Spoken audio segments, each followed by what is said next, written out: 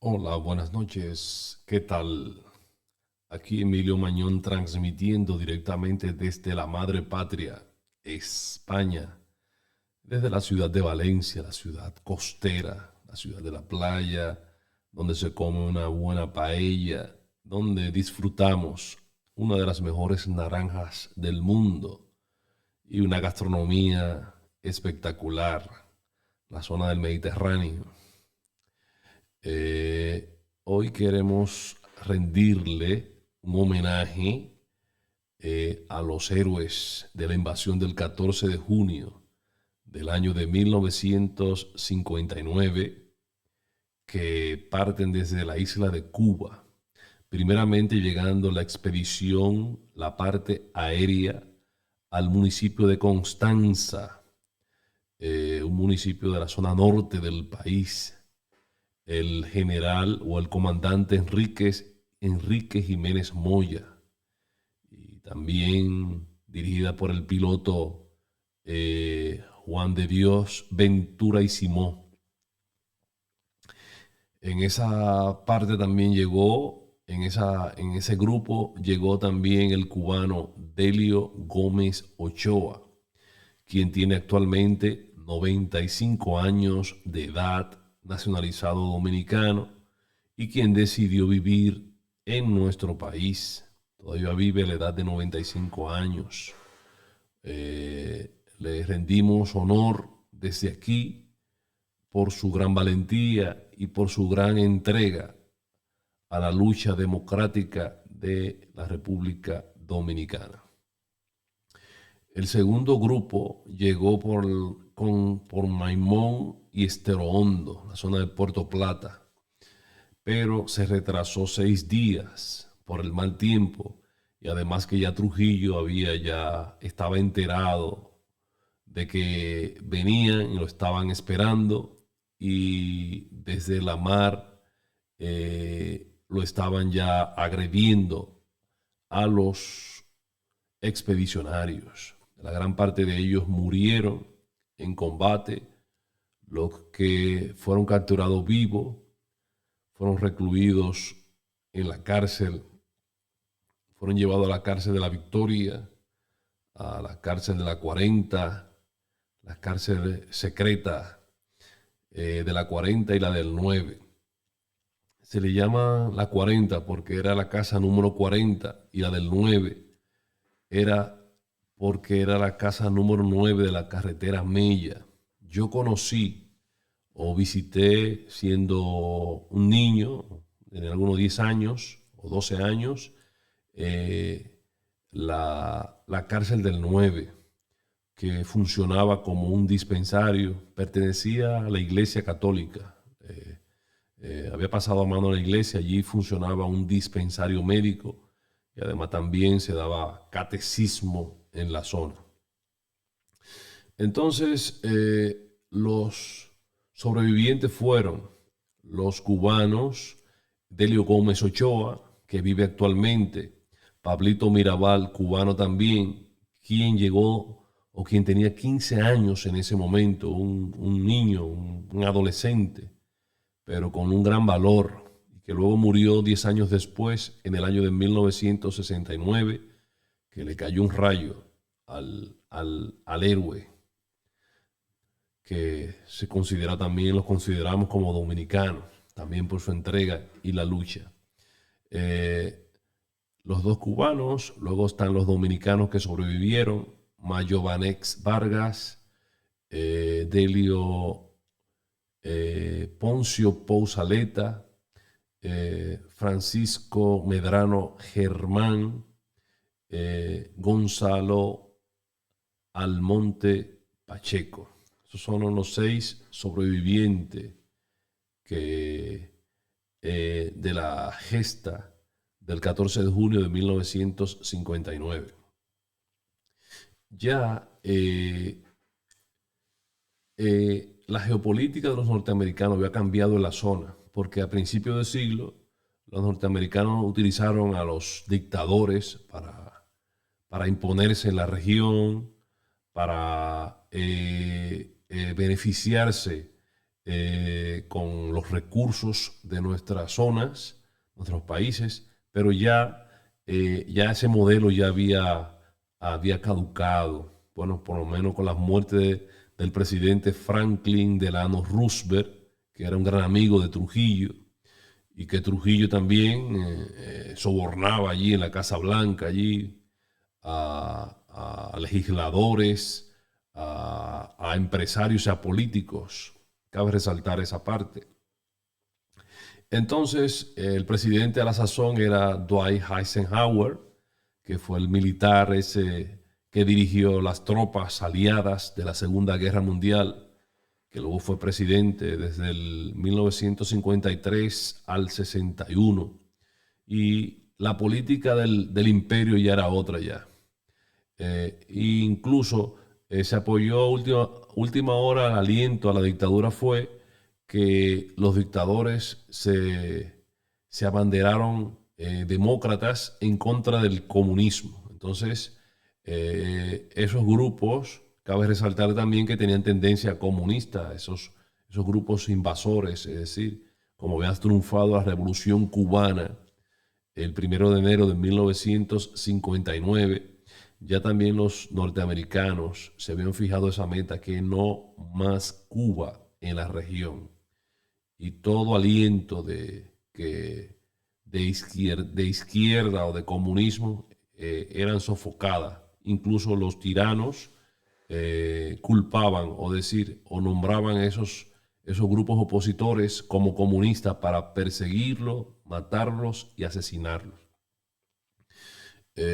Muchos grupos, esos grupos o los sobrevivientes a la invasión del 14 de junio de 1959, como dije anteriormente, fueron llevados a la cárcel de la Victoria, a la cárcel del 9 y la 40, y también estuvieron presos algunos en la base aérea de San Isidro, que según leí un libro de la biografía de Jiménez Moya hace tiempo y explicaba el autor que muchos de esos, o la gran mayoría, fueron fusilados. Es decir, jugaban al tiro al blanco jugaban el tiro al blanco con los prisioneros. Le ponían una bolsa y luego le disparaban un tiro en la cabeza. Algunos murieron de esa manera. Otros eran amarrados y tirados a tierra desde una altura en los helicópteros, o también amarrados, lanzados al mar Caribe por orden de Ramflis, el hijo de Rafael Leonidas Trujillo, que era el comandante de las Fuerzas Armadas para ese momento.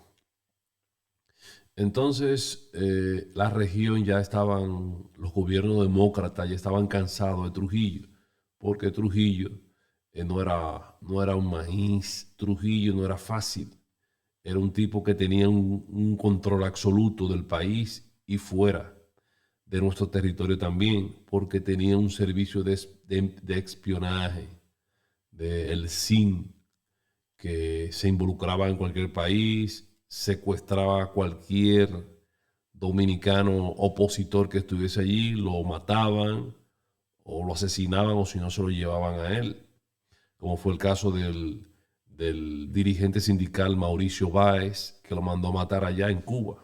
Luego que Mauricio Báez sale y es exiliado en Cuba, allí lo mató Trujillo. Como es el caso también del presidente Rómulo Betancourt de Venezuela, que le puso un atentado y casi lo mata también. El caso también del profesor Vasco Jesús de Galíndez, que también era agente de la CIA y estuvo un tiempo viviendo en la República Dominicana recabando información para los norteamericanos. Luego que Trujillo se dio cuenta que estaba allí espiando y que su tesis doctoral, creo que para graduarse de periodista en la Universidad de Columbia, era la obra La Era de Trujillo, los 25 años de la Era de Trujillo. Trujillo lo manda, lo secuestra en Estados Unidos y se lo traen. Y allá en la República Dominicana lo desaparecen. Y una cosa que los norteamericanos no le toleran a ningún otro gobierno es que cometan secuestro dentro de su territorio o atentado terrorista. Nada, nada de terrorismo ni secuestro nunca ha permitido los norteamericanos. Una de las causas también de Pinochet fue eso, cuando secuestró a su canciller Orlando Letelier en los Estados Unidos, le puso un atentado allí. Y también eso fue una de su caída de Pinochet.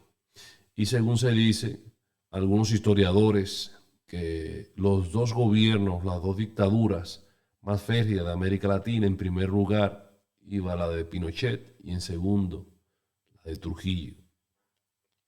Por eso algunos entendidos cifran que Vargas Llosa en la fiesta del Chivo dice más o menos como que Trujillo era un loquito, que habla de una manera despectiva, como que Trujillo era semi-ignorante, ¿no? Trujillo era un tipo práctico. Ese tipo tenía la práctica del poder, de cómo dominar al país, y era también un organizador, también independientemente sus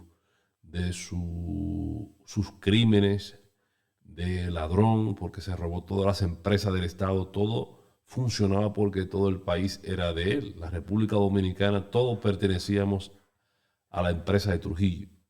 Todos todos éramos de su pertenencia. Pero era un tipo que había que reconocer sus virtudes, porque se impuso por encima de todo el mundo. Siendo un tipo sin preparación universitaria, se forma en las filas de la invasión de los norteamericanos, porque cuando los norteamericanos invaden el país del 1916 al 24, a causa de las deudas que tenían los presidentes Ulises Seró, Santana y Buenaventura Báez, a empresas norteamericanas. Luego, esas empresas pasaron la deuda al gobierno americano, y los gobiernos americanos invaden para controlar las aduanas, fortalecer la industria azucarera y cobrarse su dinero. Entonces Trujillo se forma en la Guardia Nacional. Crearon una Guardia Nacional porque el país era un caos. Hay que reconocerlo, que en el siglo XIX cada 3 meses se tumbaba un gobierno. Había un gobierno en el sur, un gobierno en el norte, un gobierno en la capital. Entonces, de esa manera el país nunca iba a avanzar.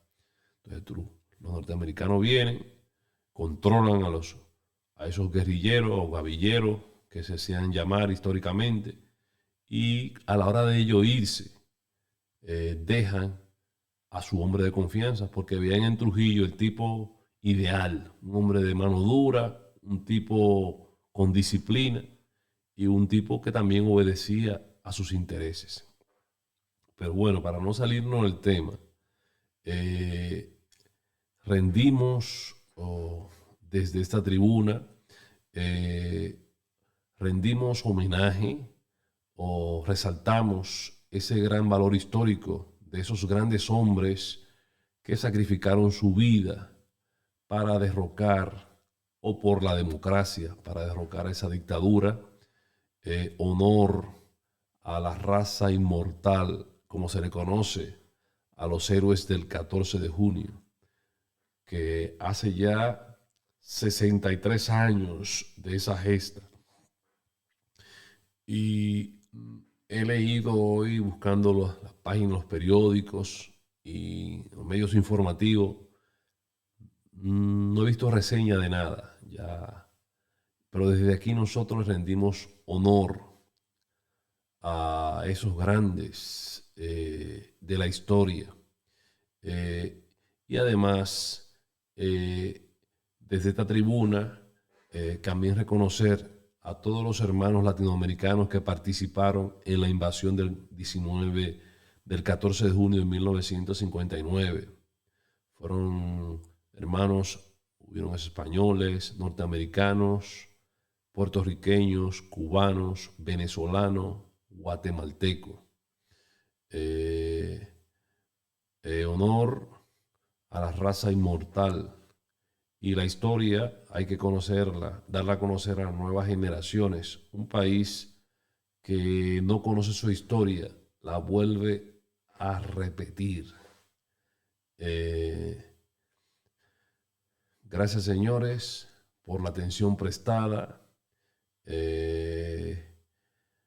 14 de junio de 1959, 14 de junio del 2023, 64 años de esa gesta histórica que desde el punto militar fue un fracaso, pero desde el punto moral creó la conciencia para seguir luchando y salir de la dictadura, porque luego, 2 años después, fruto de esa semilla que se venía gestando, se pone fin el 30 de mayo de 1961 a la dictadura de Rafael Leónidas Trujillo y Molina. Gracias por la atención prestada.